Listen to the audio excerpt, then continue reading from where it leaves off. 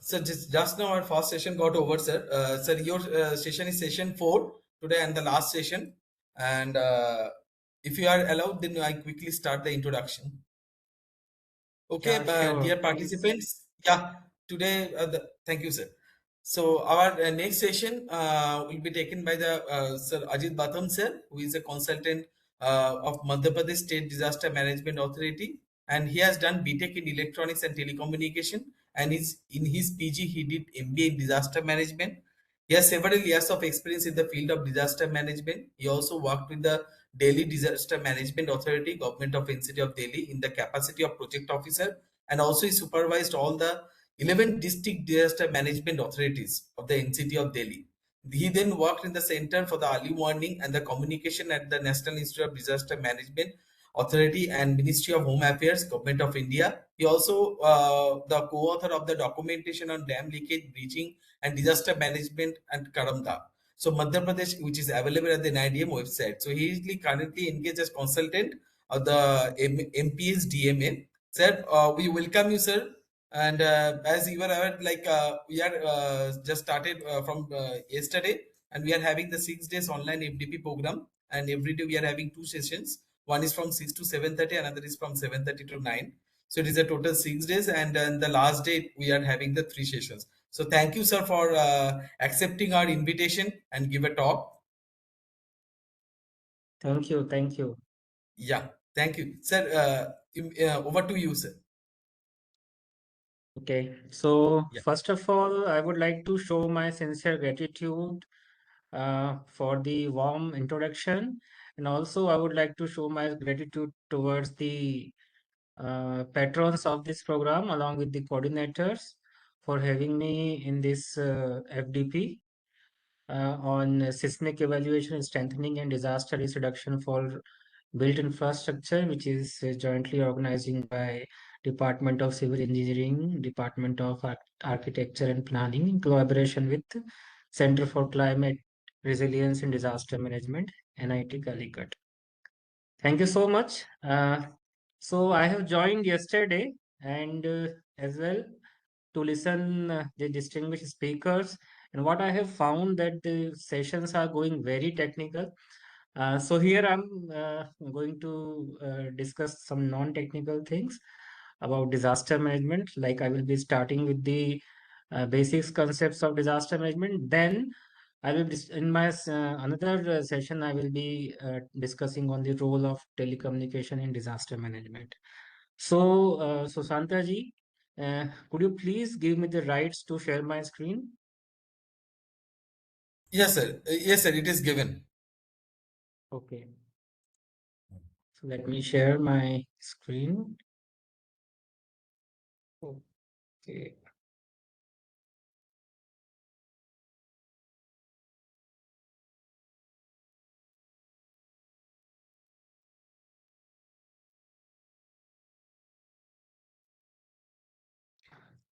Your screen is visible. Please open your PPT.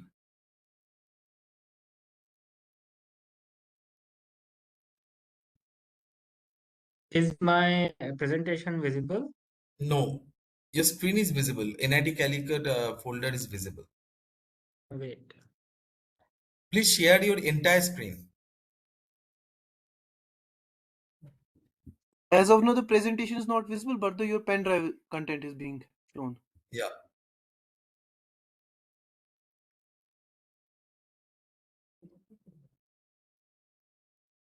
Is it now visible?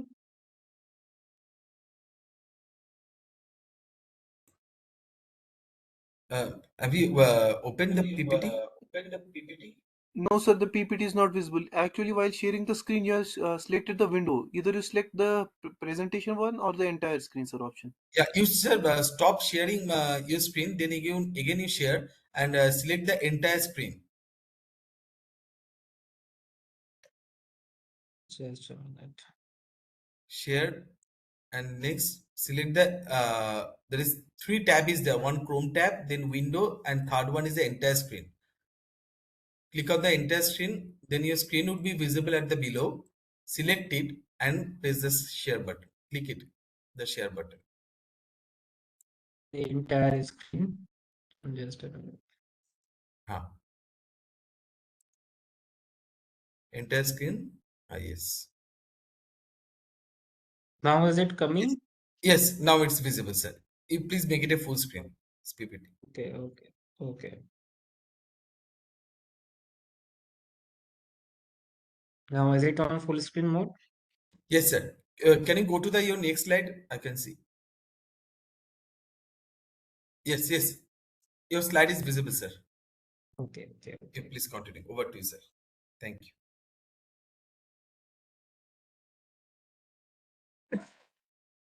So,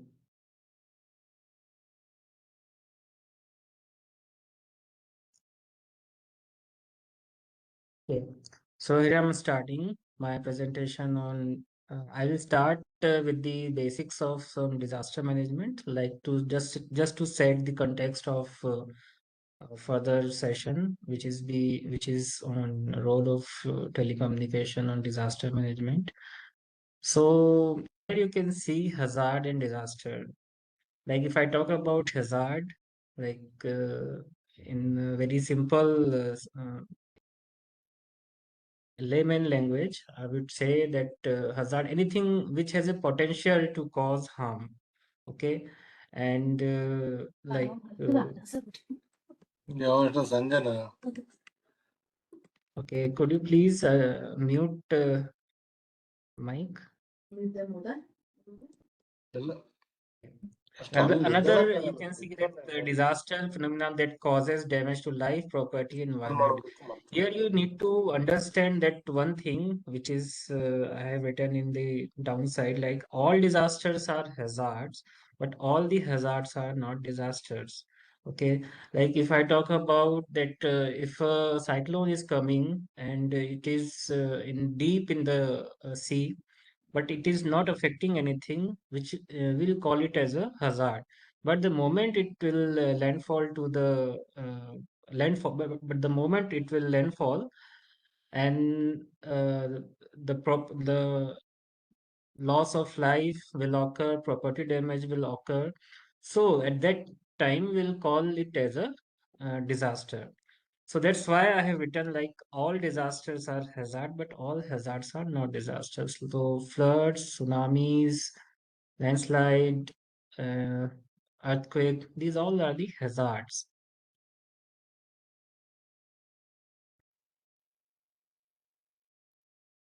So then these are some basic terminology which are used in the entire disaster management. So next is the vulnerability. If I talk about vulnerable, anything which can be affected by hazard, it is called uh, vulnerability, or inability to resist a hazard or respond to when disaster occurred. Like if we are sitting in a room, like and then tremors, we felt some tremors of earthquake. At that time, we are the vulnerable for the ceilings and fans, electric shocks. So this is vulnerability. There are some types of vulnerabilities, physical, economical, social, and also environmental. So physical vulnerability, that like the potential physical impact on the physical environment, which can be expressed as element at risk. So element at risk like critical infrastructure, like our pipelines, oil reservoirs, and like powerhouses. So these are the critical infrastructure, roads, bridges. Okay. The next is the economic vulnerability. So economic vulnerability is the susceptibility of individual, household, or nation to negative impact from economic shocks like recession, inflation, or external stress like natural disaster. Similarly, there is a social vulnerability, so potential impact of event on groups such as poor, women, the handicapped, children, and elderly. So we have seen that during any disaster, these are the groups which are highly vulnerable to such disastrous situations. Okay, so this is the social vulnerability. And if we talk about environmental vulnerability, so the potential impact of event on the environment. So in this case, we can remember the tragedy of Kedarnath, which happened in year 2013. So complete flora and fauna changed. So this is we can understand as a the example of environmental vulnerability. Okay. Similarly, so next is the capacity. Capacity, it is we can define it the resources available at the a particular organization or district administration, a community to deal with the emergency situations, disaster situations. So if we want to understand the risk at a particular place, here you can see a triangle and the formula to calculate the risk at a particular place. So you can see hazard, like I have discussed in my previous slide, earthquakes, tsunami, flood, cyclone. Similarly, vulnerability is engineering, economic, social, like various vulnerabilities. And the exposure elements are people, buildings, businesses, and infrastructure. So here you can see the formula when hazard and vulnerability meets with the exposure elements, and there is also a capacity you can see in down. So this is how we can calculate a risk at a particular place. So in this formula, we can see that the capacity and the risk is inversely proportional to the capacity. Like if the capacity is high, the risk will be low. Similarly, if the capacity is low, then the risk will be high. So this is how we can understand the risk at a particular place. So this is the definition of disaster as per the Disaster Management Act. Okay. So I'm not going to read this. This is as per the Disaster Management Act 2005. Similarly, uh, um, there is also a disaster management definition as per the Disaster Management Act 2005. So this is a very important part of the disaster management. Like if you understand this disaster management cycle, then you will understand the disaster management uh, more. Like here you can see the parts of this disaster management cycle, like mitigation, preparedness, response, and recovery. So if I talk about the first stage, like mitigation, so there are two types of mitigation. First, the mitigation is to reduce the impact of disaster. This is called mitigation. Uh, there's also two types of mitigation, like uh, structural mitigation. So Santaji, am I audible clearly? Is all going fine? Yes, sir. It's you are clear. Your voice is also coming and screen is also visible, sir. Okay, okay. So I was talking about mitigation. Uh, Mitigation to reduce the impact of disaster. There are two types of mitigation, like structural mitigation and non-structural mitigation. So by its name, we can understand the meaning. Like structural mitigation, we need to build something to reduce the impact of disaster. And so in this, we can have an example of any hilly area. Like we cannot We cannot stop the landslide at a hill area, but we can definitely reduce the impact of that landslide by build some structure. Like you have seen, you must have seen wire mesh uh, at a vulnerable landslide area, or prone to area which are sorry vulnerable sorry landslide prone area of the hilly state.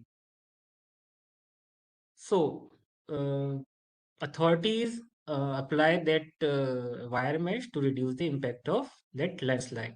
Okay. Another is in mitigation. There is another mitigation like non-structural mitigation. Non-structural like uh, to create policies, planning, and having capacity building and awareness program related to the disaster management. This comes under the non-structural mitigation. Okay. Similarly, now the next part is preparedness. In preparedness, we talk about the early warning dissemination. There should be early warning. There should be proper early warning dissemination. And the another part that comes in preparedness is evacuation. Okay. So there are some other factors that comes under the preparedness like planning, organizing, training, equipping, exercising, evaluating, and taking corrective actions. Now we covered these two part of the disaster management cycle like mitigation and preparedness. What we have talked like mitigation, structural, non-structural, and preparedness, early warning dissemination, and um, evacuation. Now, the next is event or disaster. That is, now the disaster has occurred. What would be the what would be the next stage? Like response. It will be response. So in response, there are two terms that comes under response.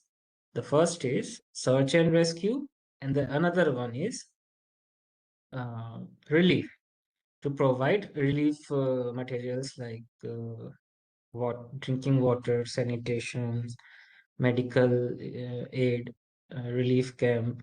So these all come under the um, relief part. Okay. The last one is recovery. Again, there are two terms that comes under the recovery, which are reconstruction and rehabilitation. So, in this reconstruction, now we will build the structure like build back better. The terminology we used is build back better. And the rehabilitation, we need to make sure that all those who have lost all their valuables, we need to put them in again, we need to put them in the limelight of the कहते हैं मुख्य धारा समाज की मुख्य धारा में. So this is the disaster management cycle. Okay. The next is here you can see the prevention and mitigation. In the first picture, you can see that prevention, that the stone is already tied with something, and it is prevention. But in the second second picture, you can see that the stone is there, but in the downside there is a shelter they have made.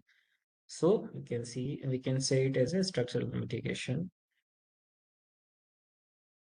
See, this is the preparedness. I already explained this. Okay, this is the preparedness cycle. Similarly, the response, like search and rescue and relief and recovery, reconstruction and rehabilitation, and we will build this time, build back better.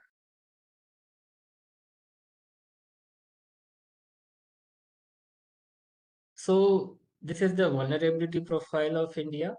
Okay, nearly 60% of the land mass prone to the earthquake, moderate to high intensities. Similarly, around 12% of land is prone to the flood and river erosion. Nearly 7,500 kilometer long coastline and close to 5,700 kilometers is prone to cyclones and tsunamis. Nearly 68% of cultivating area is vulnerable to drought. And also the hilly areas of Himalayan region and the Western Ghat have variable degrees of snow, derby avalanches, and landslide risk. Also, the industrial growth also makes it vulnerable to CBRN disaster, that is chemical, biological, radiological, and nuclear disaster. I have listed down some worst disaster in India. Okay, if we so if we talk about in the context of Kerala, we know the recent disaster was the landslide in 2024 at the Wayanad district, and also the Kerala flood that occurred in the year 2018. So these are some disasters, worst disasters in India. So keeping in view of all these disaster that happened in India, government of India decided to have a high power committee. It was constituted in the year 1999 under the chairmanship of J.C. Pant, who is then cabinet secretary of the Ministry of Agriculture. So that committee had identified all disaster and categorized it in five and classified it in five categories. Like the first category they classified is the water and climate related disasters. So these are the water and climate related disasters like flood, cyclone, tornado, hailstorm, cloudburst, heat waves and cold waves, sea erosion, tsunami, and avalanches. The next category that is the geological related disasters like landslide and mud flow, earthquake, dam failure, mine fire, and mine flood. The next category which is classified is biological related disasters, and in this comes epidemics, pest attack, cattle epidemics, food poisoning, and so on. The next is the chemical, industrial, nuclear related disasters, like if any toxic chemical leakage into the environment, we call it as a chemical or industrial disaster. Boiler blast in a factory, it also comes under the industrial disaster, and radioactive material leakage from nuclear power plant. We have seen in the 2011 Japan tsunami that the Fukushima, there was some radioactive material leakage in the Fukushima nuclear plant. So this is the nuclear disaster. And the next is the accident related disaster. And in this, they added the high power committee recommended these disasters like urban fire, villages fire, oil spill, stampede, various accidents like air, road, rail, and boat capsized. And this is the Disaster Management Act 2005. And the amendment of this Disaster Management Act has been done in the year in the year 2024. This Disaster Management Act it talks about the creation of NDMA, that is National Disaster Management Authority, SDMA, State Disaster Management Authority, and District Disaster Management Authority. That DM Act 2005 comprises of 79 sections and chapters, It defines the concept of disaster and disaster management in India. Also talks about the institutional framework of disaster management in India, and four levels of disaster management like NDM is national, state, district, and local.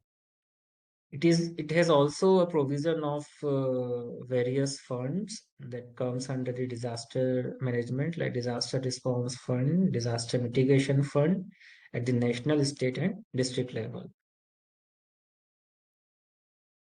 So why uh, uh, it has been come? Why Disaster Management Act 2005 came into the existence? Because as we all know, India happens to be one of the hazard prone country of the South Asian region due to its unique geoclimatical conditions, flood, drought, cyclone, earthquake, and landslide. So many disasters, hazards in India, and by which millions of people were affecting. So disaster, along with the economic loss, scarcity of food and water, alteration of natural environment. Also, there was displacement of people due to such disasters. So, government of India had have brought about a paradigm shift in the approach of disaster management, and then the enactment of Disaster Management Act 2005 happened. We all know about the Odisha super cyclone that happened in 1999. We call it as a super cyclone as well. Similarly, the Bhuj earthquake that which occurred in the year 2001, uh, due to which many people lost their lives and millions were affected. So, uh, for keeping in view of these all things and in recognition of importance of disaster management as a national priority, as I discussed the earlier, in that the government of India set a high power committee in August 1999, and a national committee after Gujarat earthquake for making recommendation on preparation of disaster management plans and suggesting some mitigation mechanism as well. So this I already discussed. The high power committee identify these disaster and categorize disaster categories and organized into five major groups, which we have seen in previous slide. Also, there was a 10th five-year plan, had a detailed chapter on disaster management, along with the 12th Finance Commission was also mandated to review the financial arrangement of disaster management. But that the tsunami that occurred in 2004 actually paved the way for establishment of Disaster Management Act 2005. So these are the objectives of Disaster Management Act: preparedness, prevention, mitigation, and response.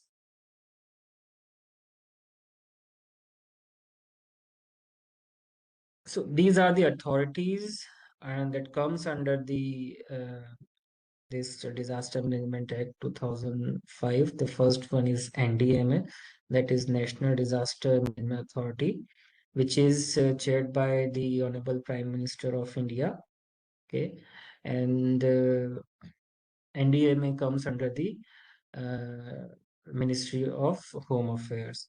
Similarly, uh, similarly, at the state level, there is a provision of creation of SDMA, State Disaster Management Authority, and the SDMA is concerned, uh, chaired by the Chief Minister of the concerned state. Similarly, at the district level, there is a provision of creation of DDMA, it is District Disaster Management Authority, and the district collector is the chairperson of this DDMA. Also, I was talking about there were some amendments made in the year 2024 in this Disaster Management Act 2005. So here you can see the local authorities. So in the amendments, there is a provision of creation of urban disaster management authority. Okay, and in this situation, in this urban disaster management authority, the commissioner of the municipal corporation will be the chairperson of this urban disaster management authority. This is the institutional framework of disaster management in India. You can see that the MHA is the nodal ministry, and MHA that comes under the central government. There is NDMA, you can see NDMA, NIDM, and NDRF. These three agencies directly work under the supervision of MHA. NDMA, NIDM is the part of NIDM is the National Institute of Disaster Management, and it is responsible for the capacity building of the human resources and research work, case studies. And similarly, there is NDRF that directly work under the MHA.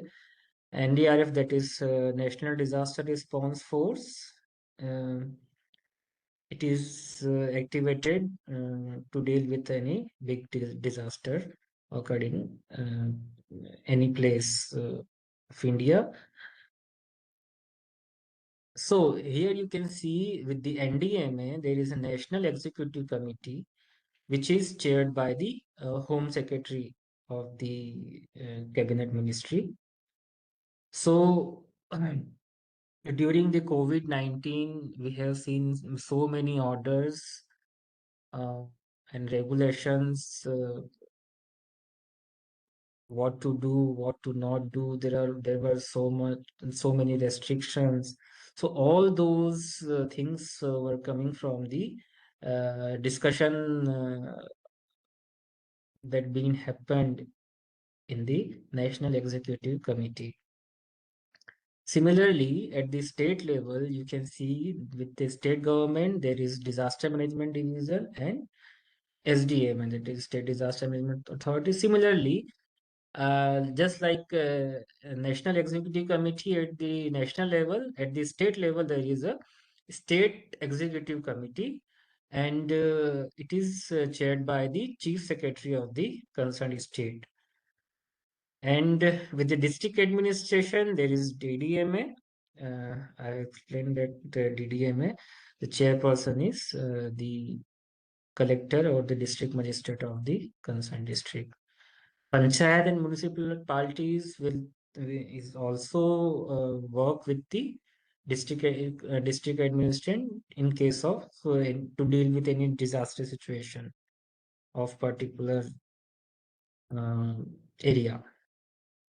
So this is my session about the some basic concepts of disaster management, along with the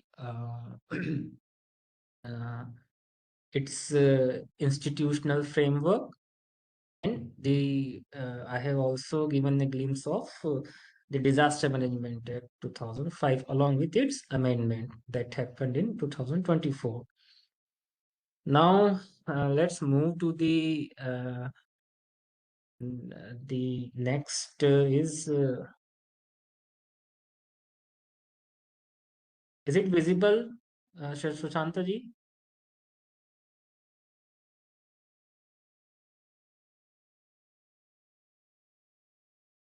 Am I audible? Yes, sir, you are audible. Please go ahead. So, Yeah. what are you seeing on screen? Yeah, role of telecommunication in disaster management. Okay, okay. So is it on full screen mode, na? Yeah, it is full screen mode. Okay, okay.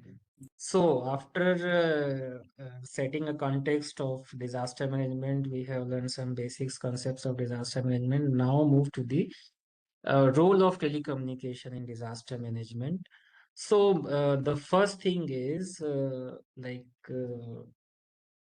first thing, why telecommunication is needed? Why? So here you can see the breakdown of any essential communication is one of the most widely shared characteristics of all disaster, whether partial or complete.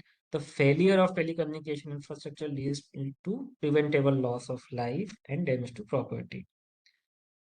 Um, Also, disaster events have always been a fact of life. Success or failure of a disaster response is often determined by timely access to communication and reliable information. So, the rapid progress and feature course in telecommunication indicates that lack of communication need no longer be the paralyzing factor in a disaster scenario.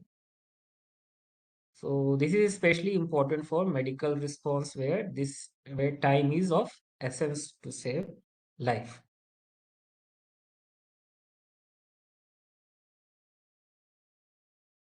So next is why is telecommunication so valuable? So these are the points, like it satisfies our uh, uh, basic needs. So if I elaborate this first point, which is it satisfies our basic needs, then I will say that information technology and the ability to connect and communicate is a fundamental part of how our society operates. So in today's digital ecosystem, telecommunication has become the foundation for businesses, government, communities, and families to seamlessly connect and share information. So we should thank to telecom advancement, things like searching the internet, placing phone calls, emailing, and text messaging has become integrated into our personal and professional lives on a near level. So this is how I elaborated this the first point. If we talk about the second point, like why telecommunication is so valuable, then it's vital for security as well. So from a security point of view, telecommunication is one of the most crucial infrastructure for protection from natural disaster initiatives to military needs. There is a wide spectrum of institutions that depends on telecom to provide safety. For example, the government invests heavily in communication system as a mean for enabling security agencies to counter threats and safeguard its people from harm. The next one is the empowers participation. So in this communities in remote region were once unable to access vital resources, but now because of telecommunication, these location can procure good. These location can procure goods and services via ships or aircraft or systematic development initiatives. So this type of accessibility allows for the growth and development of our entire society. Also, the fourth point is it's an economic booster. So the telecom sector is responsible for an estimated global spend of more than $520 billion annually. The for That's good thing for our country as the economy benefits from the growth and development of the telecom sector. The second last point is it encourages the education, and thanks to the technological advance, people have access to learning opportunities outside of traditional schooling. Today, you simply need a computer, smartphone, and the internet to conduct a search, read a tutorial, or watch how to do video on virtually any subject matter. Okay, and also some of large institutions are now leveraging telecommunication to deliver long distance or remote education. This is extremely cost effective for students, allowing them to conserve money that would otherwise be spent on housing and travel. The last point, why is telecommunication so valuable, is the last point that is come under this is it's transformed the business world. So the companies are now relying on telecommunication to foster operational efficiencies and stimulate uh, steady, uh, steady growth.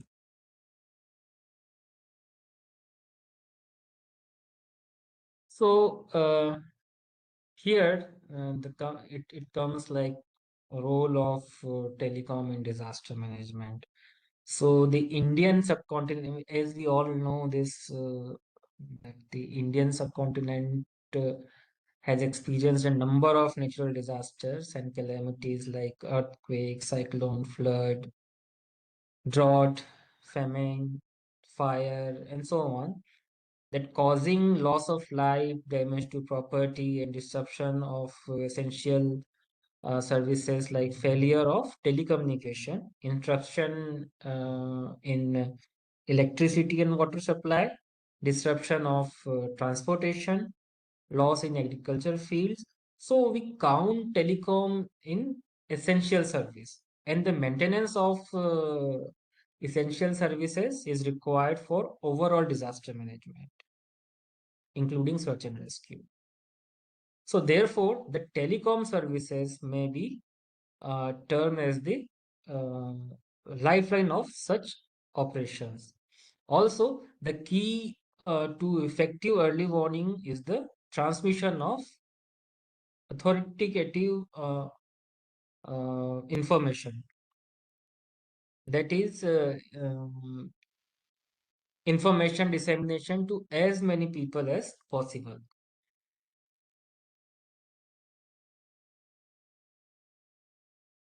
Information dissemination. So now if we talk about the information dissemination, then it implies the collection and communication of the relevant information to the disaster affected area. And this is also one of the most important thing to extend help in that area. Telecom plays this important role by communicating and disseminating disaster information to residents as promptly as possible.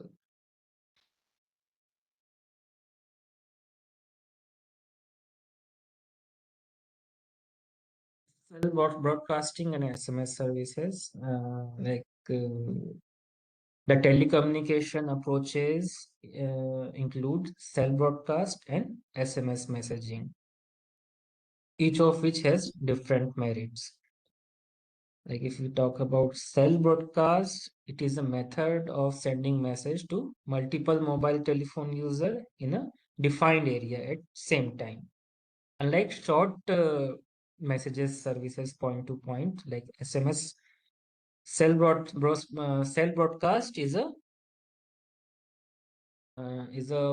one to many geo-targeted and geo-fenced messaging services.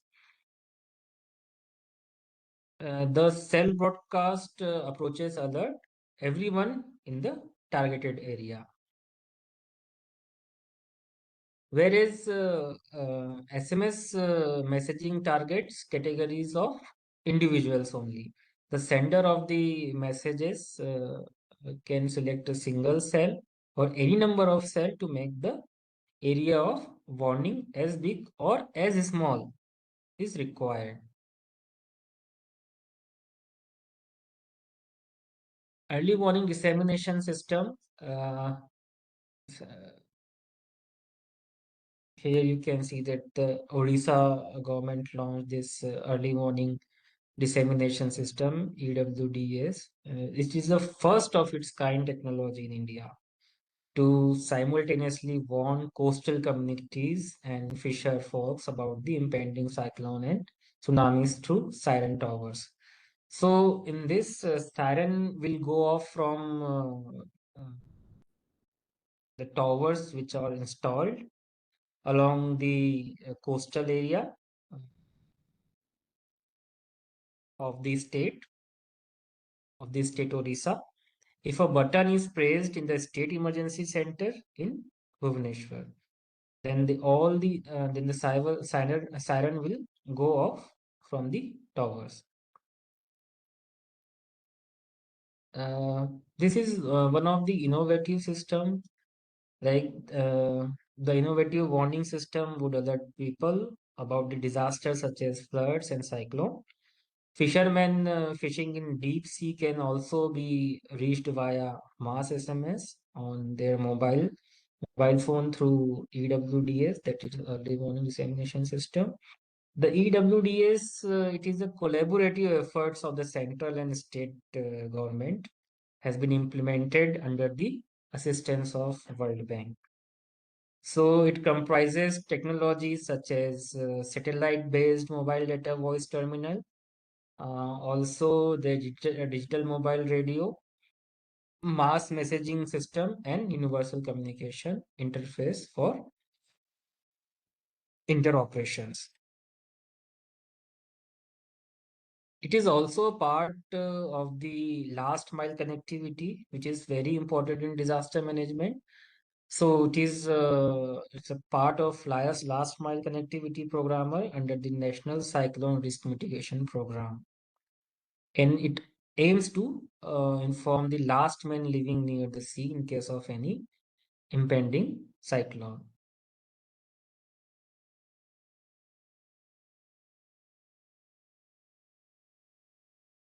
So how telecommunications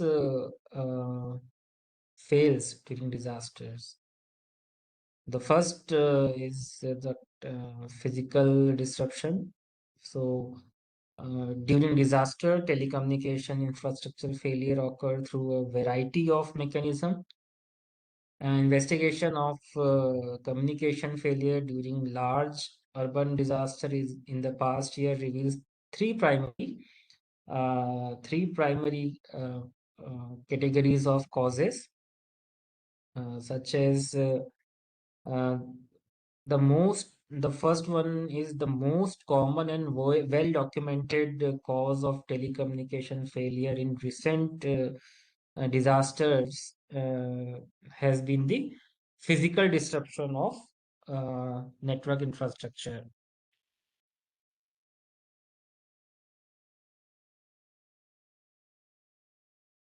So in physical destruction of network infrastructure, service disrupts caused by physical destruction tend to be more severe and last longer than those caused by the disconnection or congestion. So earthquake and severe weather can damage communication cables and underground equipments installed for the smooth operation of the telecom communication.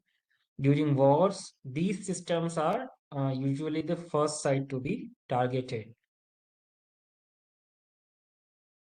The second thing is the disruption in supporting network infrastructure.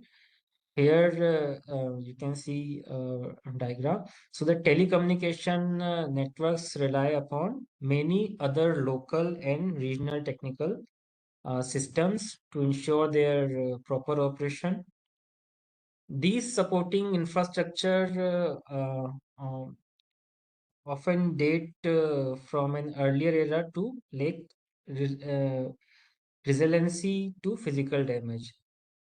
Electrical distribution system are the most important supporting infrastructure for telecommunication network. Electrical power is required to operate all modern modern telecommunication equipments, sometimes in large amount also. So in this picture, you can see a combination of the supporting infrastructure that required to run a telecom setup installed over there. So you can see a photovoltaic system, also PV system, or we can say solar power system, which is an electric power system designed to supply usable solar power by means of photovoltaics. It also consists of an arrangement of several components, including solar panels to absorb and convert sunlight into electricity, a solar inverter to convert the output from direct to alternating current, as well as mounting, cabling, and other electrical accessories to set up the working system. While electrical power system remain the most important supporting infrastructure for telecommunication facilities, cooling systems are also critical and can fail independently mm, of power supply. Hmm. So here I mentioned cooling system. Cooling system is the apparatus employed to keep the temperature of a structure or device from exceeding limits imposed by needs of safety and efficiency. Finally, the failure in transportation also can disrupt uh,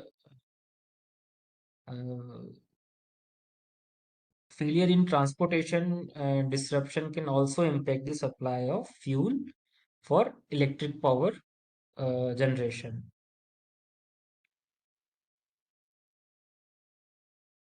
The next is, which is very common, is natural network congestion.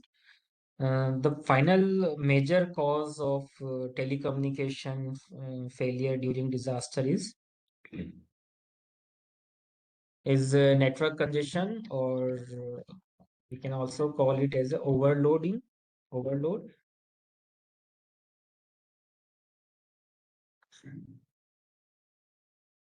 So crisis generate intense human need for communication to coordinate responses like coordinate response activities to convey news and information about affected group and individuals, and as a panic reaction to that particular crisis.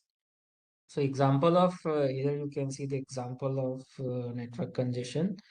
A data packet is a unit of data made into a single package that travels along a given network path. A packet is a basic unit of communication over a digital network. A packet is also called a datagram, a segment, a block, a cell, or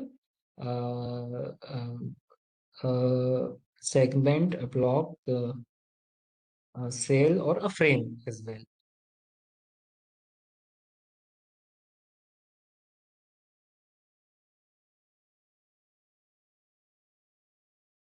So the next thing is the telecommunication infrastructure in disaster recovery. This is also an important thing. Like this model of recovery activity is organized into four phases common across disasters in different regions and historical settings. So one by one, I will elaborate these points. Like the first one is emergency responses. So this period is characterized by coping action stemming from death, disruption, and evaluation. Sorry, not evaluation, evacuation. And the emergency period may be very short in societies with a great capacity to cope, lasting only days or a few weeks, or it may go for much longer period of time in societies with a limited coping capacity. In emergency responses, the most important telecommunication network during an emergency are official public safety system. So these networks provide skilled emergency responders with the capacity to gather casualty and damage assessment information and coordinate their life-saving and containment activities to the highest degree possible. The next thing that comes in telecommunication infrastructure and disaster recovery is restoration and repair. This phase of disaster recovery is characterized by the uh, patching up of the utility, commercial, and industrial structures that can be repaired, and the resumption of normal social and economic activities. This restoration phase begins when a search and rescue operation completed and basic transportation and communication capabilities reestablished. The next thing is reconstruction of the destroyed for functional replacement. So the reconstruction phase is characterized by return of population, capital stocks, and economic activity to its pre-disaster level or greater, which generally occur within a few years. The replacement of telecommunication infrastructure is a high priority during this phase, and this also contributes significantly to supporting other reconstruction efforts as well. The return of refugees, complete clearance of debris, and the functioning of major urban services and utilities such as transportation mark the end of the restoration phase. This phase is generally concluded within several months.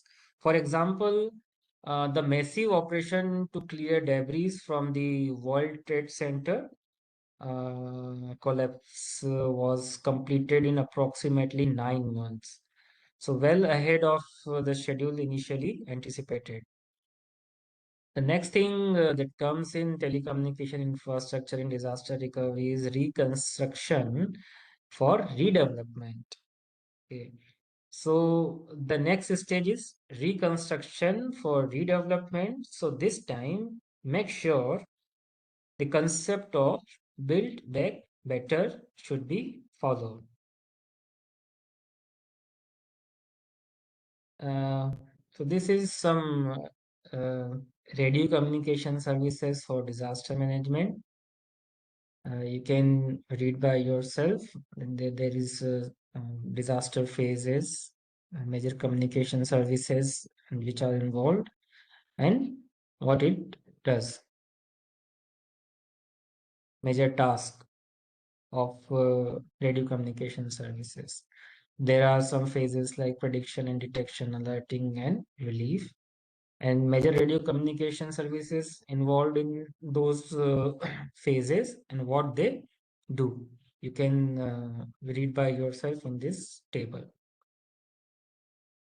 Excuse me.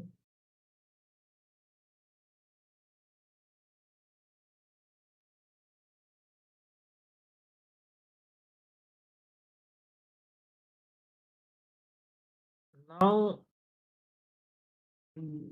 there should also be some long-term planning measures in context of role of telecommunication in disaster management. So if we talk about this, the first thing is transmission and access planning. So if any any telecom agency is laying down new transmission lines, particularly in a coastal area, then they may have to ensure the line should be away from the sea coast or riverbed. The next thing is redundancy in infrastructure. In this, try to avoid unnecessary equipments in a telecom network. The next thing is civil infrastructure and another civil infrastructure and other measures. So, in civil infrastructure, if we talk about the guidelines for towers, which has been issued by the Telecommunication Engineering Center, where these guidelines are for installing the telecom tower at the new building, rented building. In the long-term planning measure, there is another point which is also an important point, that is MOU with other agencies. So, as the disaster management requires cooperation among a number of relief agencies, the MOU among such agencies should be made mandatory as a part of licensing conditions. So, DOT, that is Department of Telecommunication and Telecom Operators, should have MOU for emergency communication with amateur radio clubs. Also, telecom operators should have MOU with other service providers such as cable TV, cellular mobile and telephone, ham, VSAT, that is a very small aperture terminal, and so on. They should also have such MOU among themselves to share the facilities in case of emergency. The next thing in that MOU with another agency should be through agreement between operators and airlines, immediate airlifting of telecom equipments during disaster is possible.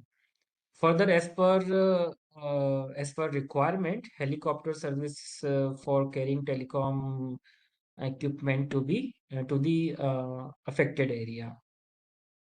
The last point of long-term planning measure is maintenance of towers.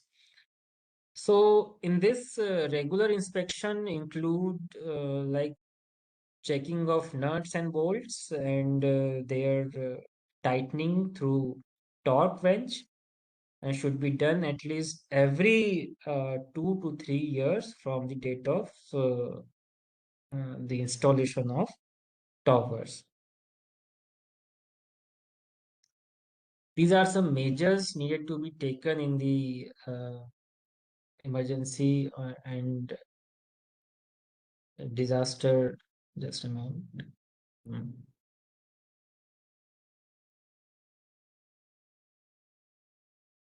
So, measures needed to be taken in the area of emergencies and disaster communication. What measures we can take? Preparing the private sector and NGO for disaster communication. So we can improve the reliability of public network along with the leveraging new communication technologies and practices. The measures needed like risk management, telecommunication, and urban and decentralization. Rethinking about the public warning systems and modernizing the amateur radio services.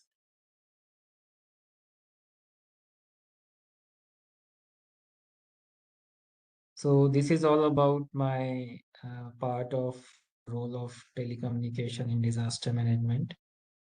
So I have completed my session. So over to you, Mr. Sushanta ji. Yes, sir. Am I audible? Yes, you are audible. Yes. Yeah, thank you, sir, for your wonderful session. I received two questions. I'll ask, one of the question it has been asked like for non-natural disaster. Now, for how we can apply the early warning system, or is there any alternate mitigation method? Mm, could you please repeat this question, or can I read here that No, question? no. It was sent to me personally. It is written like I'm repeating, sir. For non-natural disaster, how we can apply early warning system, or is there any alternate mitigation method for non-natural disaster, Non-natural disasters. So, or any man-made disaster? Can we apply the early warning system?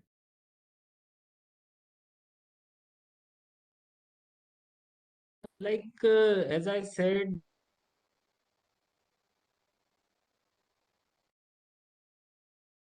information dissemination system should be there to tackle the any natural as well as non-natural disasters thing. Hmm, hmm. Okay, sir. So one of the question is asked by Kostav Sengupta. Sir, how is the modernization of disaster management presently going in regard to sensor? Sensors. Okay. Um, It is in the chat I, box, sir. as I- You may read it also. yes, yes. So sensor for I early warning don't. of earthquake. Yes, yes. I don't know the technical part, but yes, there are definitely lots of new development is going on.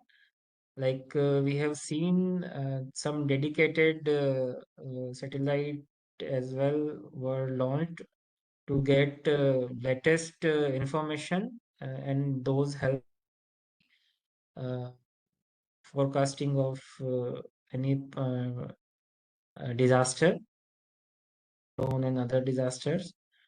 And in as far as sensor is concerned, so yeah, there must be some development in this sector, but I don't know the particular sensors who in the details. Okay, sir. Sir, one more question, like how it is given like written, how the disaster management can be integrated into public policy. See, disaster management is already included in public policy. If UGC has done an MOU with the National Institute of Disaster Management to have a mandatory to have a chapter of disaster management. And also you must have known that UGC net also introduced this disaster management subject uh, in their national eligibility test. So yes, the development in public policies is already being done, and it's continuously going on. Yeah, sir. In addition to that, I would like to tell our participants like several policies has been implemented by NIDM also, and recently, as Ajith sir told, like one of the in the UGC has given one of the probably one credit course, that is the mandatory course, has to be implemented for in the into the UG curriculum, and that has to be done in the changes in the UG curriculum so that one credit course can be accommodated. And not only that, they are doing frequently capacity based training programs, also short term training programs, FDP, and also they are encouraging to open the center. And in that case, I'm happy to tell you that also at the NIT Calicut we had having one center for disaster management, And presently I'm also they are also organizing this workshop. This FDP actually it is a collaborative effort of Department of Civil Engineering, Department of Architecture Planning, and also for the Center for Climate Resilience and Disaster Management of NIT Calicut. So also in that center also we are all involved, and also we are do these training programs, capacity build based programs, and also a few research consultancy works, and also we are going to take up the PhD students and research work too. So it has been implemented, and also we are going to soon offer a few of the certificate courses. So this has been implemented, this has been started, and also you can find like very soon the courses is going to start, and that is a mandatory 1 credit course. That is as per the UGC guideline. Okay, sir. I don't think. Yeah, one more question probably has come.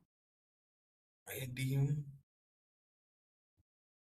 IDM is now compulsory at graduation level. It kind of project can be carried out by the students. See, Sir, there is also a dedicated chapter in the CBSE uh, syllabus that talks about disaster management. yes, yes. And also now in the UG curriculum also it will be implemented soon. 1 credit course, and it we have to accommodate. Okay, sir. Yes, So yeah, if any more question is it comes up to me, so I will definitely compile and send it to you yeah, in sure. this stated field. Okay, sir. Thank you, sir. Thank you for your time. Thank you for accepting our invitation.